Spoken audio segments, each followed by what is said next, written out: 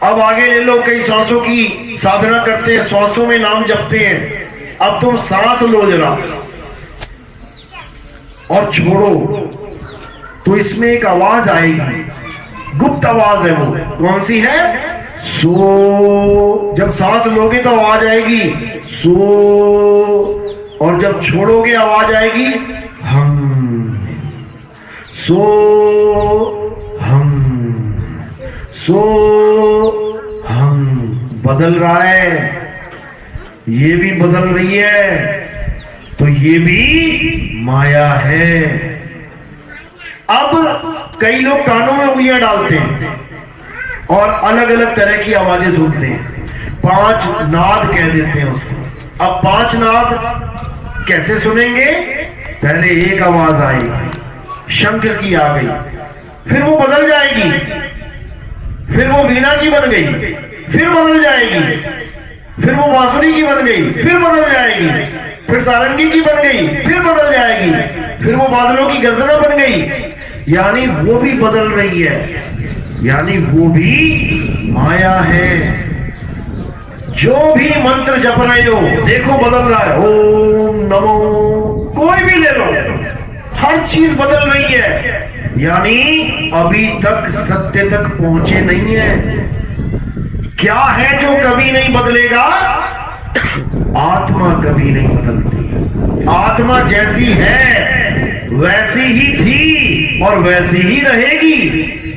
ये आत्मा का ना तो कभी जन्म होता है, ना ही आत्मा की कभी मृत्यु होती है। हे अर्जुन, इस आत्मा को ना तो कोई शस्त्र काट सकता है, ना अग्नि जला सकती है, ना वायु सुखा सकती है, और ना ही जल भिगो सकता है।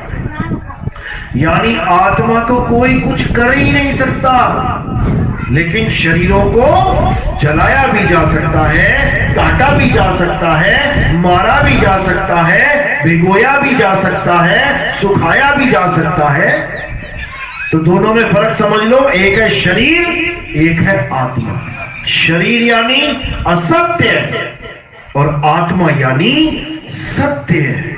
इसीलिए गीता में अध्याय 3, कौन सा? 3 श्लोक नंबर 17, अध्याय 3 श्लोक नंबर 17 क्या बोला उसमें कृष्ण जी ने?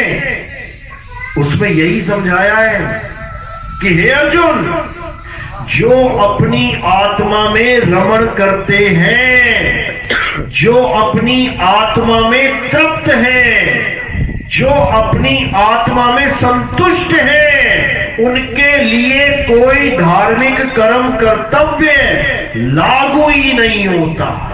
सारा मैटर ही क्लियर कर दिया, पूरा मैटर क्लियर कर दिया कि सत्य और असत्य को समझ लो। आत्मा ही सत्य है, आत्मा के अलावा कुछ सत्य नहीं है। लेकिन ये जीव आत्मा को तो सारी उम्र नहीं जान पाया, कभी सोचा तक नहीं कि ये मेरी शरीर, मेरी काया चल कैसे रही है, ये हाथ हिल कैसे रहा है, ये उंगलियां कैसे हिल रही है, मैं खा कैसे रहा हूं, मैं चल कैसे रहा हूं। और जैसे ही आत्मा शरीर से अलग हो जाती है, ये पड़ी है लाश ढेरी, इसको चला कौन रहा है?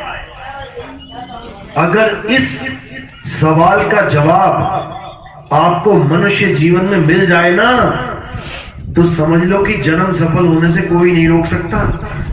लेकिन किसी का सवाल ही नहीं है ये कि मैं अपनी आत्मा को कैसे जानूं। सवाल क्या करते हैं लोग? बाबा जी मेरे घर में खुशियां कैसे आ जाएं, बाबा जी मेरी नौकरी कैसे लगेगी, बाबा जी मेरी शादी नहीं हो रही, मेरी शादी करवा दो।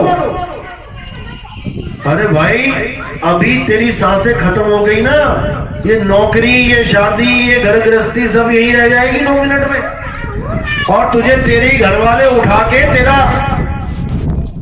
राम नाम सत्य कर देंगे। जीवन मिला है इंसान जन्म केवल ये जानने के लिए कि आखिर मैं हूं कौन। मेरा असली स्वरूप क्या है। ये नकली स्वरूप तो सबको पता लग गया, मैं लड़का हूं, मैं लड़की हूं, लेकिन मैं आत्मा हूं, ये कब पता लगेगा। इसी को पता करने के लिए तुम्हें परमात्मा ने बुद्धि, विवेक, विचार इसलिए दिया है, बाकी किसी को नहीं दिया है। किसी जानवर को इतना बुद्धि विवेक नहीं दिया जितना इंसान को दिया है। क्यों दिया इंसान को? क्योंकि उसने दया करके एक मौका दे दिया कि 1,84 में तो भटक ही रहा है, पता नहीं कितनी बार कुत्ता, बिल्ली, हाथी, घोड़ा, सांप, बिच्छू बन गया, चलो एक बार इसको इंसान जन्म मिलता है तो इसको बुद्धि, विवेक, विचार दे देते हैं, शायद ये अपने इस जन्म को सफल कर ले और इसका जन्म मरण सदा सदा के लिए खत्म हो जाए। लेकिन इंसान परमात्मा से भी सियाना है। उसने ये बुद्धि विवेक कहां लगा लिया? उसने ठगी करने में लगा लिया। इसका माल भी मेरा हो जाए, उसका भी मेरा हो जाए, ऐसे लूट कर लूं, ऐसे इकट्ठा कर लूं, करते करते करते इतनी बड़ी ढेरी बना के टिकट कटवा के चला जाता है। कितना ही माल इकट्ठा कर लो, 1 रुपया छोड़ो, 1 पैसा आ जाएगा, क्या कहानी है। तो ये एक ऐसा पिंजड़ा है जिसको एक दिन छोड़ के ये हंस उड़ जाएगा। तो जो आम पिंजड़ा होता है, तोते का पिंजड़ा देख लो जिसमें तोता रहता है, उसमें केवल एक दरवाजा होता है। वो दरवाजा खोला, तोते को डाला, दरवाजा बंद कर दिया। वो दरवाजा एक होता है, और अगर वो एक दरवाजा तुम केवल 20 सेकंड के लिए खोल के इधर उधर हो जाओ, 10 सेकंड के लिए छोड़ो, 5 सेकंड के लिए, तो तोता दिखाई देगा तुम्हें अंदर। तोता 2 मिनट में फुर्र निकल जाएगा। रोता हुआ निकलेगा कि हंसता हुआ? यानी खुशी होगी एक या रो रहा होगा? खुशी में छोड़ेगा, और तुम लाख बार चूरी बादाम फेंक देना कि आजा आजा आजा, आ जाएगा क्या मुड़ के? वो कभी ना आता, बड़ी मुश्किल से तो जान छूटी बेचारे की। तो उस दरवाजे को 5 सेकंड के लिए खोल दो, तोता निकल जाएगा। इस पिंजड़े में कितने दरवाजे हैं इसको अच्छे से समझ लेना, क्योंकि तुम ही हो वो तोता। तोते को ही ज्ञान समझा रहा हूं मैं कि बेटा जब पिंजड़ा छूटेगा तो क्या करना है। ये किसी और तोते की बात नहीं कर रहा मैं, तुम ही हो वो तोता। अब तोता जिस पिंजड़े में बैठा है, इस पिंजड़े के कितने दरवाजे हैं गिनो जरा। कहां है दरवाजे? कभी दरवाजे देखे इस पिंजड़े के? नहीं देखे, आज दिखा देते हैं। कबीर साहब कहते हैं 10 द्वारे का पिंजड़ा और तामे बोले पौन, और रहीबे को अचरज है और उड़ा सो अचरज कौन। कहते हैं ये वो तोता है जो ऐसे पिंजड़े में रहता है जिसके 10 दरवाजे खुले पड़े हैं, ये कभी उड़ता ही नहीं है। कौन से दरवाजे हैं? ये देखो, 1 2 3 4 5 6 7 और 2 दरवाजे नीचे हैं लैट्रिन और बाथरूम के। ये दरवाजे गिनोगे तो 9 हैं। ये 9 दरवाजे खुले हैं बिल्कुल, बचपन से लेके बुढ़ापे तक, मरते दम तक ये दरवाजे खुले ही रहेंगे आपके। लेकिन एक दरवाजा ऐसा है जो मां के गर्भ में तो खुला हुआ था, लेकिन जैसे ही बाहर आता है, क्योंकि तोते को फंसाना भी तो है, अगर 10वां द्वार भी खुला रहेगा तोता भुर हो जाएगा, तो उस दरवाजे को बंद कर दिया जाता है। अब 9 दरवाजे खुले हैं और एक दरवाजा बंद है। अब जितने तोते अज्ञानी हैं वो कहां से निकलेंगे? 9 दरवाजों में से। जब तोता निकलेगा यानी किसी की मृत्यु होगी तो उसकी लैट्रिन निकल जाएगी, यानी नीचे वाले दरवाजे से निकल गया। किसी का पेशाब निकल जाएगा यानी नीचे के दरवाजे से निकल गया। किसी की जुबान निकल आएगी बाहर, मुंह खुला रह जाएगा, यानी तोता यहां से निकल गया। किसी के नाक में से खून निकलने लग जाएगा, समझ जाना कि तोता नाक के दरवाजे से निकल गया। किसी की आंखें बाहर आ जाएंगी गोल गोल अंडे की तरह, समझ जाना कि आंखों से निकल गया। किसी के कान में से ब्लड आ जाएगा, तो समझ जाना कि तोता कान के रास्ते से निकल गया। 9 दरवाजों में से अगर तुम निकल गए तो कार्ड पे स्वर्गवास लिखवाना, चाहे कुछ भी लिखवा देना, कुछ नहीं होने वाला। कहां चले जाओगे? 1,84,000 में। कीड़े मकोड़े, कुत्ता बिल्ली हाथी घोड़ा, मक्खी मच्छर खटमल, सांप बिच्छू कॉकरोच, पता नहीं क्या क्या बनना पड़ेगा। बनना पड़ा या क्या पड़े हुए हैं। देखो गाय बैल बकरी तुम्हारे सामने है, कभी उनकी आंखों में देखा करो, गाय की आंखों में देखा करो जाके, क्या दिखेगा? एक आंसू की धारा दिखेगी तुम्हें, इतनी गाढ़ी होगी कि उसके निशान पड़ गए होंगे। बहुत खुश नहीं है गाय कि तुम सोचो कि गाय में तो 33 करोड़ देवी देवता है, वो तो खुश होगी, रो रही है, भोग रही है अपने इस 84 के चक्कर को, रो रही है और तुम्हें संकेत दे रही है तुम मत रोना, नहीं तो आज जो लड्डू पेड़े गुलाब जामुन खा रहे हो फिर घास खानी पड़ेगी सूखी भूखी। खा के देख लेना थोड़ी सी चबा के, चबा पाओगे कि नहीं, क्योंकि वहां पर चबानी पड़ेगी। तो वो यही संकेत दे रहे हैं तुम्हें। आज तुम बढ़िया मकान बना के आराम से रह रहे हो, किसी कुत्ता कुतिया की योनि में आ गए तो गलियों में सोना पड़ेगा, बिना मकान के बिना बेड के नाली का पानी पीना पड़ेगा। आज तो आरओ लगवा रहे हो घरों घरों में, साफ सफाई का पूरा ध्यान है। सुअर बन गए तो पता है खाना कहां मिलेगा, सुअर बन गए तो ब्रेकफास्ट कहां होगा पता है? नाली, और खोद खोद के लोगों का खजाना जो वहां गिरा पड़ा उसको खाना पड़ेगा। ये असलियत बता रहा हूं मैं, मजाक नहीं है। वो सुअर के साथ कोई दुश्मनी नहीं परमात्मा की कि तुम्हें इंसान बना दिया उसको सुअर बना दिया, वो भी तो उसी का बच्चा है। तुम्हें भी बनना पड़ेगा, याद रखना, जैसे उस ऋषि को बनना पड़ा था। क्या बनना पड़ा था? हिरण। भागवत में कथा आती है, एक ऋषि था, सारी उम्र ओम नमः शिवाय ओम नमः शिवाय ओम भगवते वासुदेवाय, हरे राम हरे कृष्ण, सारी उम्र भगवान का नाम जपता रहा, सारी उम्र वेद पुराण गीता पढ़ता रहा, सारी उम्र हवन यज्ञ करता रहा, बूढ़ा हो गया, मरने वाला समय आ गया। तो क्या हुआ? एक हिरण का बच्चा आ गया उसके आश्रम में, उसको बड़ा अच्छा लगा, उसने पाल लिया। अच्छा किया कि बुरा किया? अच्छा किया। हिरण के बच्चे को पालना अच्छी बात है, जानवर को पाल लिया, उसकी सेवा कर रहा है, घास खिला रहा है, पानी पिला रहा है, खूब उसको देख रहा है, उछल रहा है, बड़ा अच्छा लग रहा है, आनंदित हो रहा है घास खिला के। अच्छा किया, जीव की सेवा है, तुम भी खिलाओ। तो धीरे धीरे धीरे उस हिरण से इतना प्रेम हो गया कि अब उसके बिना उसको कुछ नजर ही नहीं आ रहा है। जब देखो तब हिरण के बारे में सोच रहा है। एक दिन बैठा हुआ भक्ति करने के लिए, नाम जप रहा है भगवान का, एकदम संदेशा आया, अंदेशा हुआ कि शरीर छूट रहा है। अब जैसे ही शरीर छूटने की बारी आई, अब महात्मा जी का ध्यान कहां चला गया? हिरण के बच्चे में। अरे मेरे जाने के बाद इसे कौन पालेगा?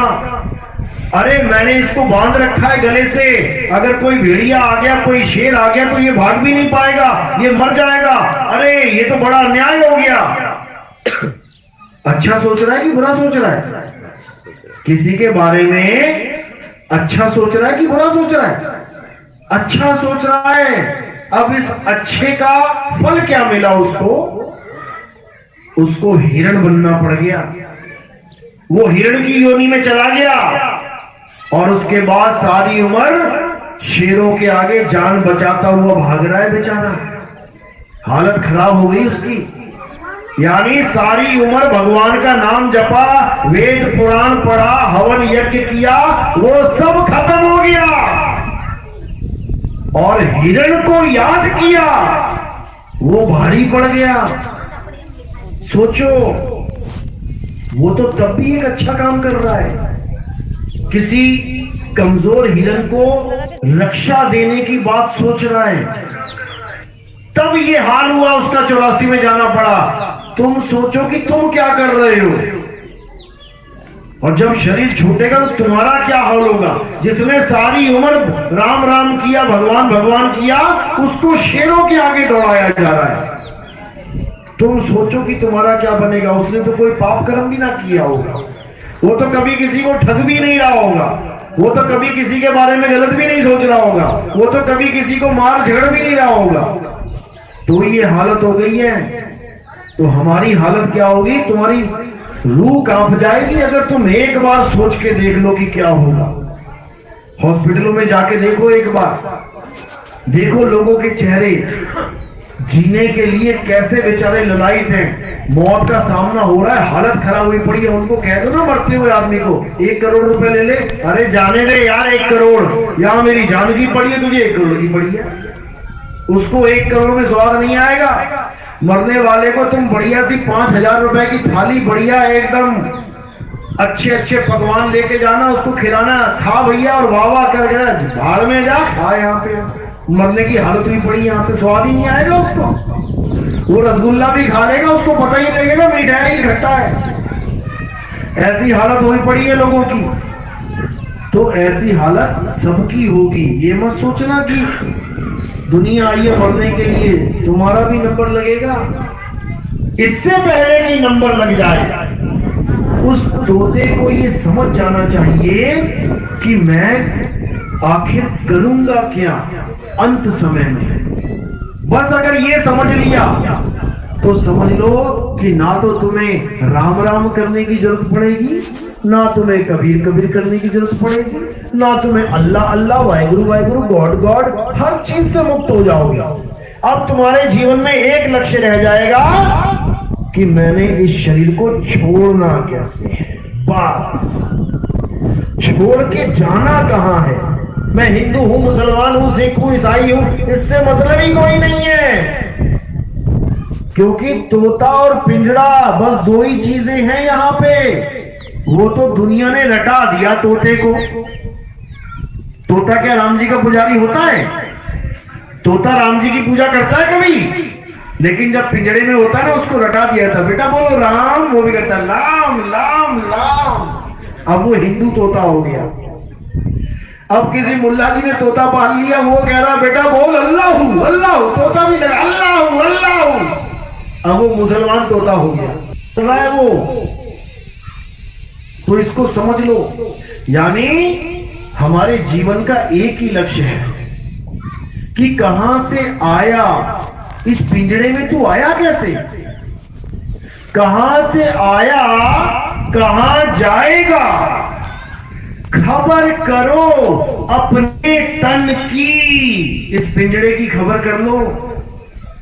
सतगुरु मिले तो भेद बतावे और खुल जाए अंतर खिड़की। जो आखिरी दरवाजा है जिसको बंद कर दिया गया है, वो दरवाजा खोल दिया जाता है।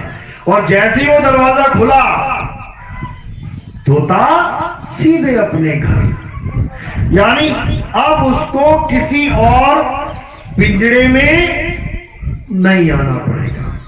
बस यही समझना। जिसने ये समझ लिया, उसका जन्म मरण का रोग सदा सदा के लिए खत्म हो गया। और जो ये नहीं समझ पाया, अब वो तैयारी करे वापस आने की। अब पता नहीं कौन सा जन्म मिलने वाला है।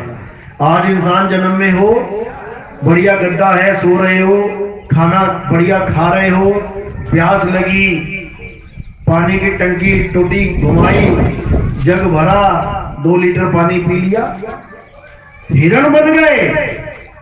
फिर ये मोटर नहीं मिलेगी, बटन दबाया पानी भर दिया। फिर ये आरओ नहीं मिलेंगे, प्यास लगेगी, तालाब के पास, नदी के पास जाना पड़ेगा। और वहां पर एक अंकल जी हैं, जो इंतजार कर रहे हैं हिरन का कि जल्दी से आए, पानी पिए, और पानी पीने के लिए मुंडी डाले, गर्दन डाले, तो क्या होगा? गर्दन पकड़ के चल अंदर। यानी एक घूंट पानी पीने का बदला अपनी जान चुका के देना पड़ेगा, अपने जान का खात्मा करवाना पड़ेगा, तब एक घूंट पानी नसीब होगा जंगल में। यहाँ तो खूब टंकियां लगा दी, गांव भर के लिए पूरे 12-12 हजार की टंकियां लगी पड़ी हैं, वहां कुछ नहीं मिलेगा।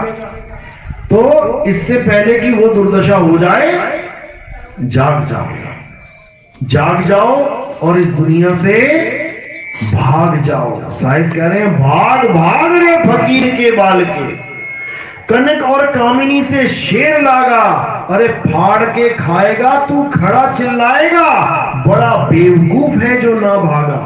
अरे बचे नहीं नीमी ऋषि, बचे नहीं रिंगी ऋषि, ऋषि नारद मुनि को चाप डाला, तो कहे कबीर बचेगा सोई, करे सत्संग दिन रहन जाना। सत्संग करना पड़ेगा तुम्हें। सत्संग का मतलब ये नहीं कि माइक लगा दिया और मैंने 1 घंटा 2 घंटे का सत्संग कर दिया, हो गया सत्संग। ये नहीं है सत्संग, ये तो सत्संग की महिमा है, ये उसकी महिमा गा रहा हूं मैं सत्संग की। सत्संग का क्या मतलब होता है? सत्य का संग करना, सत्य के संग जुड़ जाना, सत्संग। तो सत्संग कब करोगे? पहले पता तो हो ये सत्य है क्या, तभी तो संग करूंगा। तो सत्य क्या है? आत्मा ही सत्य है। और संग कौन करेगा? आत्मा का संग कौन करेगा? जीव करेगा, जीव। क्यों? क्योंकि जीव ही नाना प्रकार की योनियों में भटका हुआ है। आत्मा का संग करेगा तो परम गति को प्राप्त हो जाएगा। आत्मा का ज्ञान प्राप्त होगा तो इसकी भटकना खत्म हो जाएगी। इसीलिए बोला है, आत्म ज्ञान बिना नर भटके। नर यानी जीव। ये काया में जीव बैठा है, यही हर काया में बैठा है, यहां बैठा है, वहां बैठा है, हर जगह जीव बैठा है। अब करना क्या है? इस जीव को आत्मा के साथ जोड़ देना है, यानी अपनी आत्मा का संग करना है। 24 घंटे अपनी आत्मा का ध्यान धरना है। कैसे धरेंगे ध्यान? जोगियों की तरह आंखें बंद करके। फिर घर का काम कौन करेगा? फिर सास कहेगी बढ़िया बहू मिली है, 24 घंटे आत्मा का ही ध्यान करती रहती है, आंखें बंद करके बैठी रहती है। काम कौन करेगा? काम भी आप ही करोगे, लिखोगे, पढ़ोगे, सारे काम करोगे और साथ के साथ आत्मा का ध्यान करोगे। कैसे? जैसे एक पनिहारिन मटका अपने सिर पे रखती है और चल पड़ती है घर से, 24 घंटे चल रही है, तो 24 घंटे में कितनी देर मटके का ध्यान किया उसने? उसका ध्यान मटके पे कितनी देर रहेगा 24 घंटे में से? 1 घंटा। 24 घंटे यानी वो चल भी रही है, रास्ते में कोई मिल गया तो बातें भी कर रही है, कोई झगड़ा करने लग गया तो 2-4 गालियां भी दे रही है, और आगे जा रही है, कोई मार्केट आ गई तो सौदा भी कर रही है, भूख लगी तो खड़ी होकर ठेले पे खाना भी खा लिया। लेकिन 24 घंटे में अपने मटके को 1 सेकंड के लिए भी नहीं भूला। ये है महिमा नाम की। तुम्हें ऐसा गुरु चाहिए जो तुम्हें ऐसा सिमरन बता दे जो 24 घंटे चले। 24 घंटे तुम्हें अलग से राम बोलने की जरूरत ही ना पड़े, तुम्हें अलग से वाहिगुरु बोलने की जरूरत ही ना पड़े, 24 घंटे राम के साथ जुड़े रहो। तो इसी को साहिब ने सिमरन बोला है। सिमरन, सिमरन की सुध यूं रहे ज्यों गागर पनिहार, और बोले डोले सूरत में कहे कबीर विचार। 24 घंटे सारे काम भी करोगे और परमात्मा के नाम का भी 24 घंटे सिमरन करोगे, टूटेगा नहीं वो। जब 24 घंटे उसको याद करोगे तो कहां जाओगे? अब हिरण की योनि में थोड़ी नहीं जाओगे, क्योंकि हिरण को याद करोगे तो हिरण की योनि में जाओगे। और किसी ने कुत्ता पाल रखा है, बहुत प्यार आ रहा है कुत्ते के ऊपर, तो अगली टिकट तुम्हारी कुत्ते की योनि में जाने वाली है मेरे भाई। वहीं से आना पड़ेगा तुम्हें इस संसार में, क्योंकि जहां आशा वहां वासा। अरे जहां आशा तहां वासा होई, और वाको रोक सके ना कोई। अगर सत्संग में बैठे बैठे एकदम ध्यान आ गया, अरे मेरी गाय को छूने का टाइम हो गया है, अरे वो आने वाला था बंदा 5000 रुपया देने वाला था, मुझे निकलना चाहे, अभी जहां आस लगी है वहीं पहुंच जाओगे 2 मिनट में। सत्संग वत्संग यही रह जाएगा, धरेगा धरा। तो जहां आस लगी वहीं तुम्हारा वास होगा, और जहां आस नहीं वहां तुम्हारा वास नहीं। बच्चा स्कूल से घर आ रहा है, रास्ते में पूरा मेला लगा हुआ है। अगर बच्चे ने ये सोच लिया नहीं मैंने तो घर जाना है, मुझे मेले से कोई मतलब नहीं, रुकेगा क्या? नहीं रुकेगा।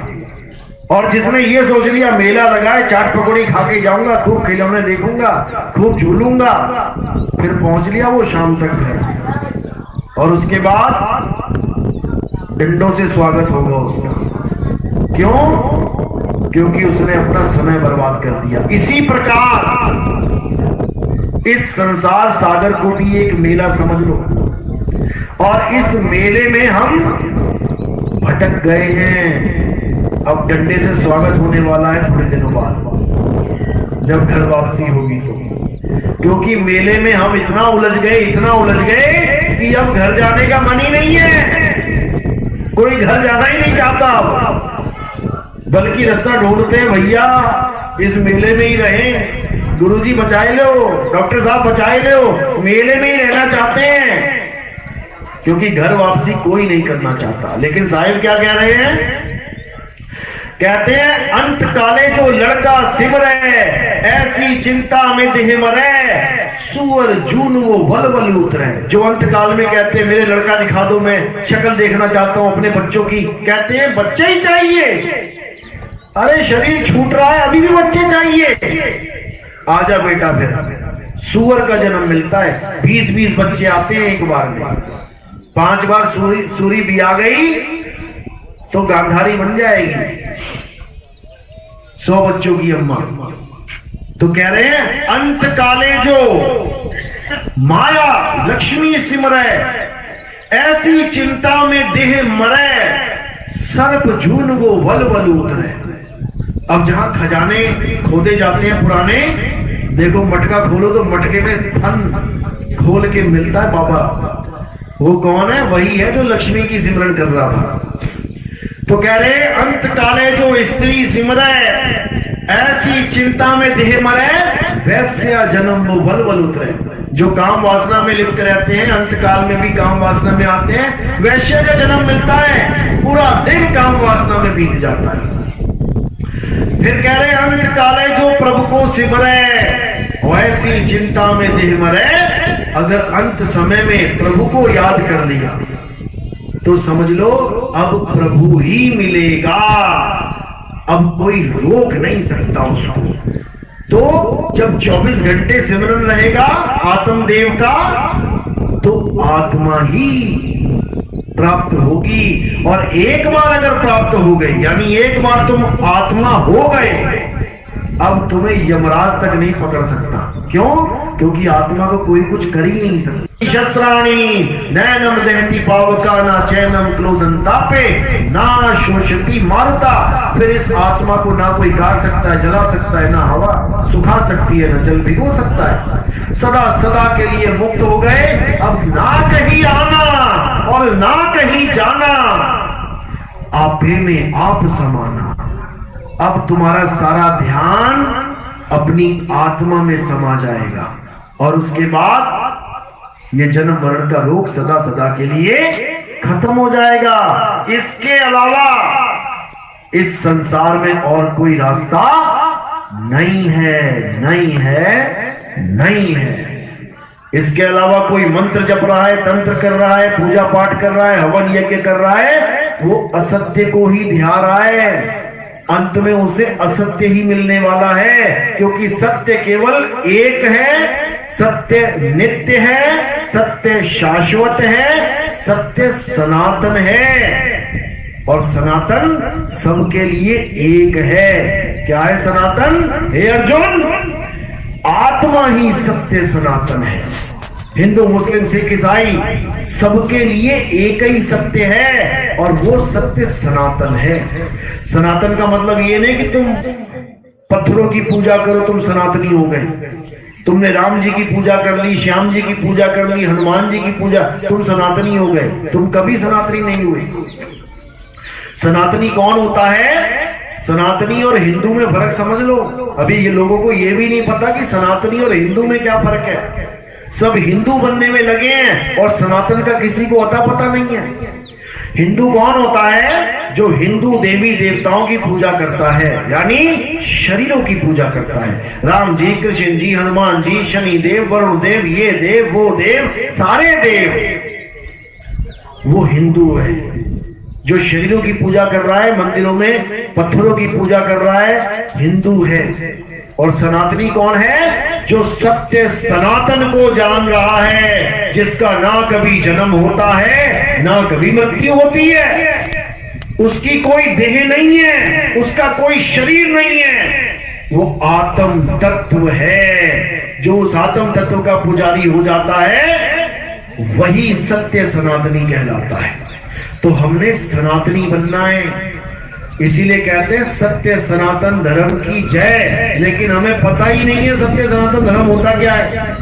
सोच रहे राम जी की पूजा करना सत्य सनातन धर्म है। जब राम जी पैदा नहीं हुए थे तब किसकी पूजा करते थे? कोई कहेगा विष्णु जी की। अरे विष्णु जी भी जब पैदा नहीं हुए थे तब किसकी पूजा करते थे? उसके आगे तो किसी को पता ही नहीं है किसकी पूजा करें।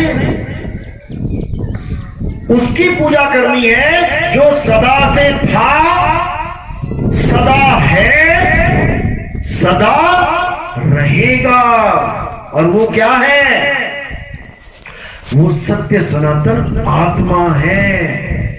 राम जी केवल एक युग के लिए आए, त्रेता में कृष्ण जी केवल एक युग के लिए आए, द्वापर में विष्णु जी एक युग के लिए हैं, सतयुग में वो कौन है? जो सब युगों के लिए है, आत्मा है।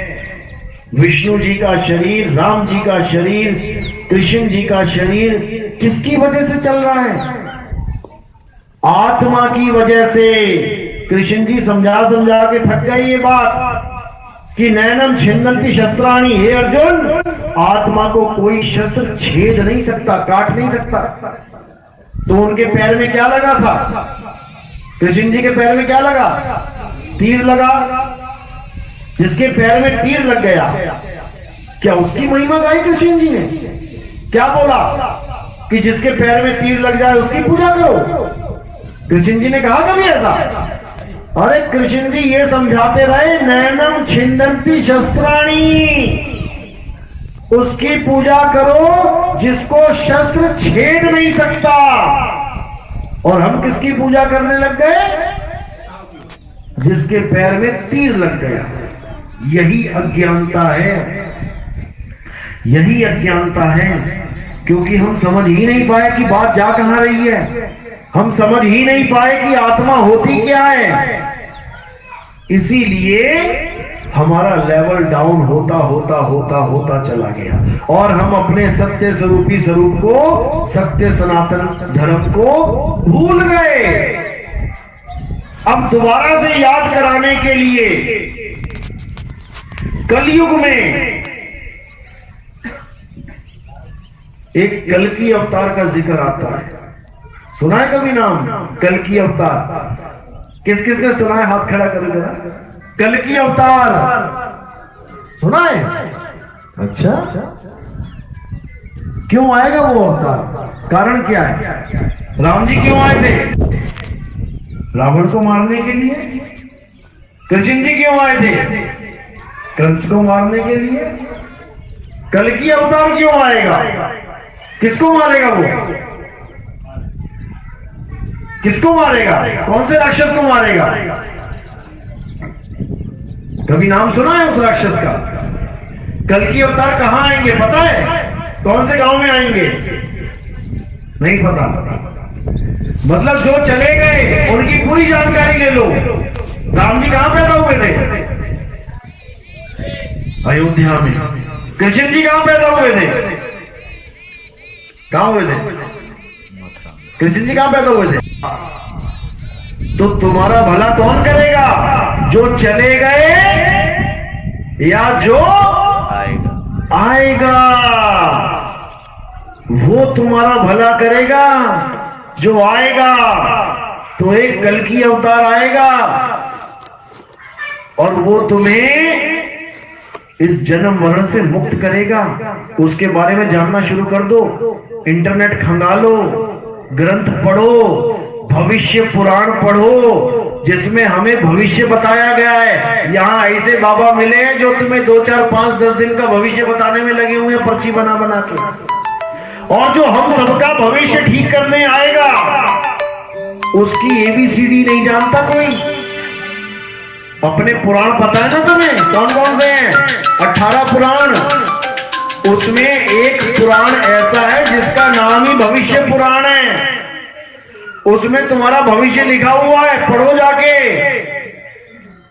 यानी सब तोतों का भविष्य लिखा है कि मुक्ति मिलेगी कि पिंजड़ा मिलेगा। तो जिस तोते को मुक्ति चाहिए उसको अच्छे से पढ़ लेना। सारे भेद लिखे हैं उसमें। उसमें यह लिखा है कि कल्कि अवतार आएगा, वही कल्याण करेगा सबका। ये राम जी कृष्ण जी तो कर गए अपने समय में जिसका कल्याण करना था। समझ लो इस बात को। द्वापर युग में मुझे बता दो राम जी का नाम किसने जपा? कोई राम जी का पुजारी था द्वापर युग में? बता दो। त्रेता में राम जी आए, चले गए, एक बंदे ने भी राम का नाम नहीं जपा। कृष्ण कृष्ण हो रही थी द्वापर में। क्यों? क्योंकि राम जी का समय समाप्त हो गया। वो डॉक्टर चले गए, अब नया डॉक्टर आया है द्वापर युग में, कृष्ण नाम का। वो कर रहा है सबका इलाज। अब कृष्ण जी भी चले गए, अब कौन करेगा इलाज? अब कल्कि अवतार करेगा इलाज। तो अपना डॉक्टर ढूंढना शुरू कर दो, इससे पहले कि कैंसर इतना बढ़ जाए कि प्राण निकल जाए। ढूंढना शुरू कर दो, क्योंकि समय तुम्हारा आने वाला है, ज्यादा लंबा समय नहीं है। एक आदमी का एवरेज समय कितना इंडिया में जीने का पता है? मात्र 60 साल एवरेज समय। यानी 60 भी पूरे नहीं हो पाते लोग। 45, 50, 55 तक निकल लेते हैं।